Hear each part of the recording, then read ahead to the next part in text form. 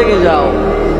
যারা তোমরা শত রান্না বান্না বাদ দিয়ে জোহর আদায় করো, তোমরা যারা বিকেলের ক্লান্তি নিয়ে আসর আদায় করো, যারা তোমরা সন্ধ্যার টেলিভিশন দেখার সময় মাগরিব আদায় করো, যারা তোমরা ঈশার সারা দিনের অক্লান্ত পরিশ্রমের পর বিশ্রাম ঘুমের সময় বাদ দিয়ে তোমরা যারা ঈশা পড়ো, জেনে রাখো তোমাদের জন্য সুখবর।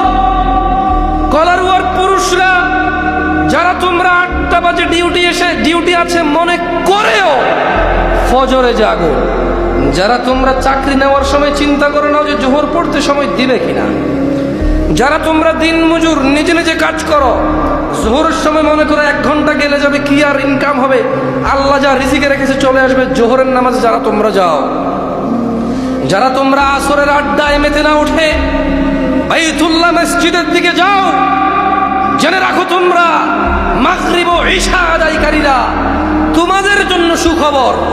তোমাদের প্যারে হাবিব মুস্তাফা সাল্লাল্লাহু আলাইহি সাল্লাম বলেছে, নিশ্চয়ই মানুষের প্রথম হিসাব হবে নামাজের।